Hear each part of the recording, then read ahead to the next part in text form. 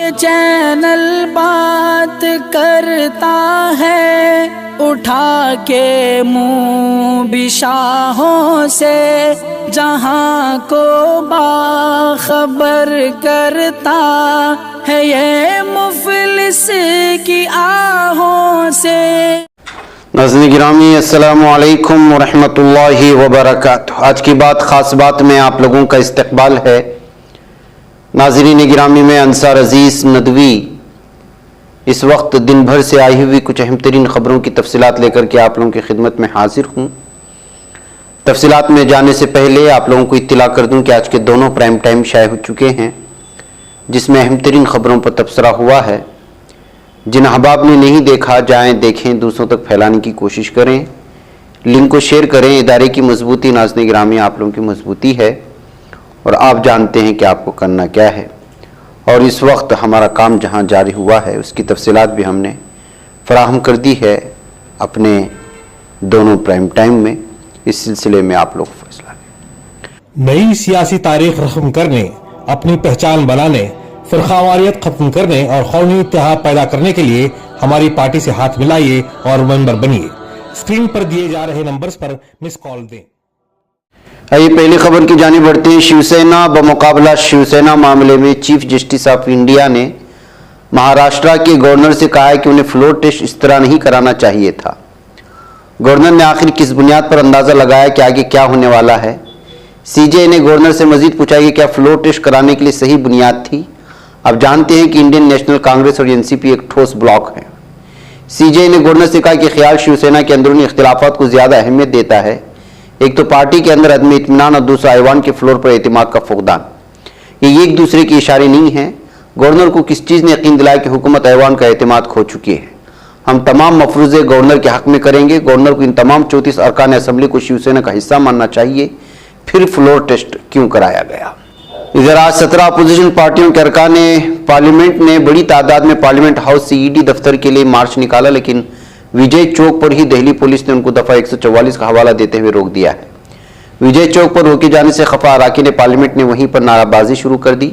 روکے جانے پر کانگریس صدر ملکارجن کھڑگے نے ناراضگی کا اظہار کیا اور کہا کہ 200 اراکین پارلیمنٹ کو روکنے کے لیے 2000 پولیس والے تعینات کر دیے گئے ہیں۔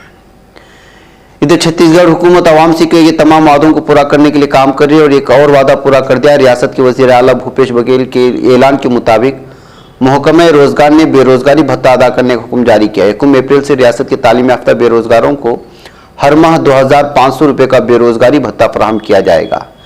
خیال رہے کہ چھتیس گڑھ کی بھوپیش حکومت نے 6 مارچ کو اپنے بجٹ میں اس کا اعلان کیا تھا۔ ناظرین گرامی، ماہ رمضان مبارک کی آمد ہے۔ امکان ہے کہ امسال بڑے جوش و خروش سے رمضان مبارک روایتی مذہبی عقیدت کے ساتھ منایا جائے گا۔ ویسے حقیقت یہ ہے کہ 2020 اور 21 میں جو سخت پابندیاں نافذ رہیں، گزشتہ سال چند پابندیوں کے ساتھ بڑی راحت دے دی گئی تھی۔ حالانکہ صبح صادق اور فجر کی اذان کے لیے لاؤڈ اسپیکر کا مسئلہ اٹھایا تھا، کیونکہ ایک سیاسی پارٹی نے اسپیکر کے استعمال پر اعتراض اٹھاتے ہوئے پابندی لگانے کا مطالبہ کیا تھا۔ گزشتہ سال ماہ رمضان کے بعد پولیس حرکت میں آ کر جگہ جگہ کارروائی بھی کی گئی۔ فجر ہی نہیں بلکہ دوسرے اوقات میں بھی اسپیکر کی آواز دباؤ ڈال کر کم کروائی گئی ہے۔ امسال سحری اور فجر میں لاؤڈ اسپیکر کے استعمال کا مسئلہ ہنوز برقرار ہے۔ ماہ مقدس کی شروعات کو صرف 8 روز رہ گئے ہیں، لیکن مسلمانوں کی تشویش کا کسی کو اندازہ نہیں ہے۔ ناظرین گرامی، لالو پرساد یادو ان کے خاندان کو لینڈ فار جاب یعنی زمین کے عوض ریلوے میں نوکری دینے کے مبینہ گھوٹالے معاملے میں بڑی راحت ملی ہے۔ دہلی کی راؤز ایونیو کورٹ نے لالو رابڑی اور میسا بھارتی سمیت تمام 16 ملزمان کی درخواست ضمانت منظور کر لی۔ عدالت نے تمام ملزمان کی درخواست ضمانت 50,000 روپے کے ذاتی مچلغوں پر منظوری دی ہے۔ ناظرین گرامی، وزارت داخلہ نے فوجداری قوانین میں جامع ترامیم کے لیے تمام اسٹیک ہولڈرز بشمول وزرائے اعلیٰ، سپریم کورٹ اور ہائی کورٹس کے ججز اور اراکین پارلیمنٹ سے تجاویز طلب کی ہیں۔ مرکزی وزیر مملکت برائے داخلہ اجے کمار مشرا نے لوک سبھا میں کہا کہ نیشنل لا یونیورسٹی دہلی کے وائس چانسلر کی صدارت میں ایک کمیٹی تشکیل دی گئی ہے جو فوجداری قوانین میں اصلاحات کی تجویز پیش کرے گی، جو کہ کرمنل پروسیجر 1973 اور انڈین ایویڈنس ایکٹ 1872 کے تحت ہوگی۔ ناظرین گرامی، دہلی فسادات معاملے میں کڑکڑڈوما عدالت نے منگل کو بڑا فیصلہ سناتے ہوئے 9 ملزمین کو قصوروار قرار دیا ہے۔ ملزمین میں محمد شہنواز، محمد شعیب، شاہ رخ، راشد، آزاد اشرف، پرویز، محمد فیضل اور محمد راشد شامل ہیں۔ عدالت نے اپنے فیصلے میں کہا کہ ہندو کمیٹی کی جائیداد کو نقصان پہنچانے کے مقصد سے ہنگامہ کیا گیا تھا۔ عدالت نے اس بات پر بھی زور دیا کہ پولیس ان سبھی ملزمین پر جو بھی الزام لگائے ہیں وہ سبھی پوری طرح ثابت ہوتے ہیں ملزمین ایک بھیڑ کا حصہ بنے تھے۔ فرقہ وارانہ جذبات سے بھرے اس بھیڑ کا صرف ایک ہی مقصد تھا کہ اکثریتی طبقے کی جائیداد کو زیادہ سے زیادہ نقصان پہنچایا جائے۔ اس دوران پولیس کی جانب سے لگاتار پیچھے ہٹنے کی اپیل کی گئی، لیکن مشتعل بھیڑ نے فساد جاری رکھا۔ عدالت نے فیصلہ فساد متاثرین ریکھا شرما کی درخواست پر سنایا ہے۔ ادھر ریاست کی یوگی حکومت نے نیل گائے اور بیل جیسے آوارہ جانوروں کے ذریعے زخمی یا معذور ہونے کی صورت میں معاوضہ دینے کا اعلان کیا ہے۔ اس کے ساتھ ہی وزیر اعلیٰ یوگی آدتیہ ناتھ نے عہدیداروں کو ہدایت دی کہ اس طرح کے حملوں کو روکنے کے لیے مؤثر اقدامات کیے جائیں۔ امریکی فوج کا کہنا ہے کہ ایک روسی لڑاکا طیارہ امریکی ڈرون سے ٹکرا گیا، جس کے نتیجے میں بغیر پائلٹ کا امریکی طیارہ بحیرہ اسود میں گر کر تباہ ہوا۔ یہ واقعہ یوکرین کی جنگ پر روس اور امریکہ کے درمیان براہ راست تصادم کے بڑھتے ہوئے خطرے کو اجاگر کرتا ہے۔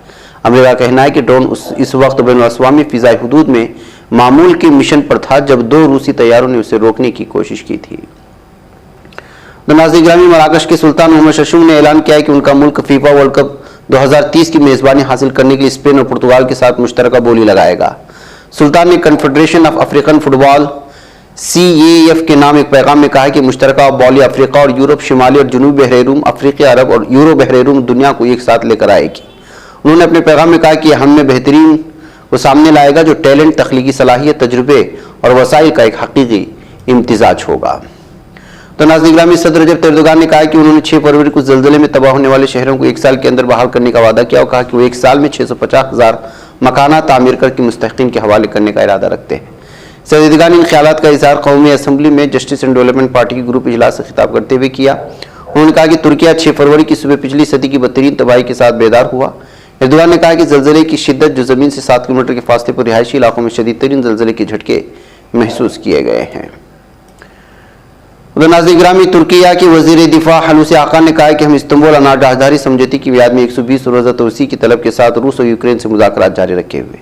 حلوسی آقان نے ترکیہ قومی اسمبلی میں ایجنڈے کے موضوعات پر بیانات جاری کیے ہیں۔ انہوں نے بھی کہا کہ روس اور یوکرین سے اناٹ راہداری سمجھوتے کی میعاد میں 120 روزہ توسیع کی طلب کے ساتھ اور وزراء کی سطح پر مذاکرات شروع ہو چکے ہیں۔ تو ناظرین گرامی، امریکی وزارت دفاع پینٹاگون کے پارکنگ ایریا میں ایک فوجی اپنی گاڑی میں مردہ حالت پر پایا گیا ہے۔ پینٹاگون کے ترجمان بریگیڈیئر پیٹرک رائڈن نے موضوع سے متعلق جاری کردہ تحریری بیان میں کہا ہے کہ مقامی وقت کے مطابق صبح 3:30 پر پارکنگ ایریا میں ایک فوجی کی صورتحال کنٹرول کرنے کے لیے ٹیلی فون کال موصول ہوئی، جس کے بعد پینٹاگون پولیس موقع پر پہنچی تو وہاں پر یہ مردہ پایا گیا۔ ادھر پیرو کی صدر دینا بولوارتے نے کہا ہے کہ ٹراپیکل سمندری طوفان یاکو کے پیش نظر دارالحکومت لیما میں موسمیاتی واقعات سے نمٹنے کے لیے ہائی الرٹ کا اعلان کیا گیا۔ بولوارتے نے بتایا کہ ہمیں آرنج الرٹ کی سطح سے ریڈ الرٹ پر جانا پڑا۔ طوفان کی وجہ سے شدید بارش متوقع ہے۔ شہری دفاع، مسلح افواج، قومی پولیس کے اہلکاروں کو چوکس کر دیا گیا ہے۔ اسکولوں اور یونیورسٹیوں میں تعلیمی سرگرمیوں کو 1 دن کے لیے وقفہ دے دیا گیا ہے۔ ناظرین گرامی، سری لنکا میں انکم ٹیکس اور بجلی کے بلوں میں اضافے کی وجہ سے صحت، ریل اور بندرگاہ کے کارکنوں سمیت بہت سے عوامی کارکنوں نے 1 روزہ ہڑتال کی ہے۔ ہیلتھ ورکرز کی ہڑتال کی وجہ سے ملک بھر کے بیشتر سرکاری اسپتالوں میں سروس ٹھپ ہو گئی ہے۔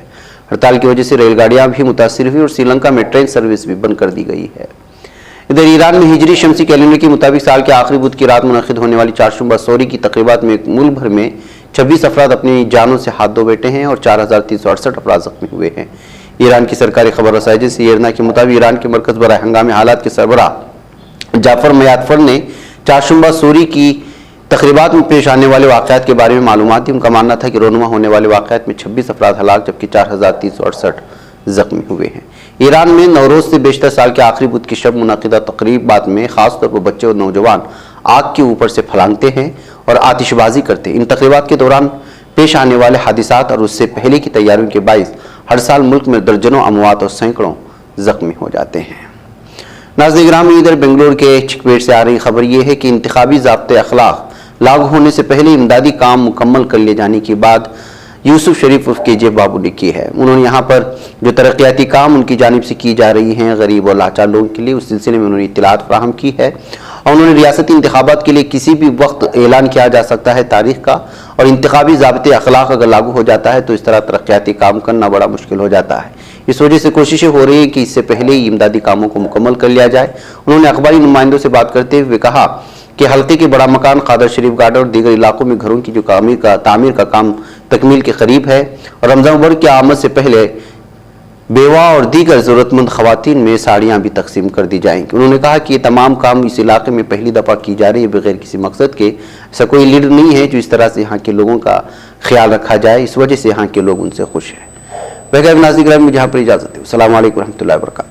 یہ چینل حق نگر بن کر کچل دیتا ہے فتنوں کو، اگر گندی ہو پالیسی تو مرتے دیکھ کتنوں کو، اسی بازار میں بکتے ہوئے دیکھا ہے سپنوں کو، سبھی یکساں ہے یہ پیغام دو غیروں کو اپنوں کو، وطن اہل وطن کا ہے گلے بے خار سی